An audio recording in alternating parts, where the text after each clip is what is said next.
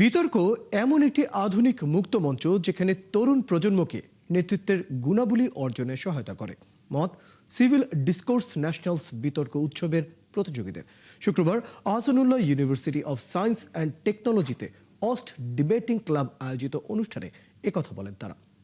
তাদের মতে উৎসবটি একই সঙ্গে ন্যায়, সাম্য ও সম্মানের ভিত্তিতে একটি সচেতন বাংলাদেশ গড়ার পথে গুরুত্বপূর্ণ ভূমিকা রাখে বলেও মনে করেন শিক্ষার্থীরা। নিজেদের ভাবনা এবং মতের ভিন্নতাকে শক্তিতে রূপ দেয় বলেও জানান তারা।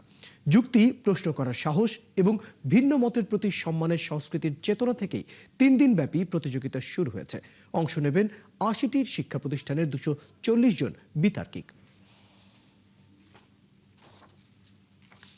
আমরা এখানে একটা পার্টিকুলার নেটওয়ার্কিং বিল্ডিং করতে পারছি, প্রবলেম সলভিং স্কিল পাচ্ছি, কমিউনিকেশন স্কিল বেটার হচ্ছে, প্রেজেন্টেশন স্কিল বেটার হচ্ছে। পরীক্ষার মধ্যে যে লজিক্যাল আউটকাম, ঠান্ডা মাথায় কাজ করা প্রেশারের মধ্যে, এটা ডিবেটের মাধ্যমে আনা সম্ভব। বিভিন্ন ভার্সিটি, স্কুল, কলেজ থেকে বাংলাদেশের আমাদের পার্টিসিপেন্টরা আসতেছে, অলমোস্ট 150+ পার্টিসিপেন্টস। প্রত্যেক বছরই আসলে বিতর্ক প্রতিযোগিতা আয়োজিত হয় আমাদের ভার্সিটিতে।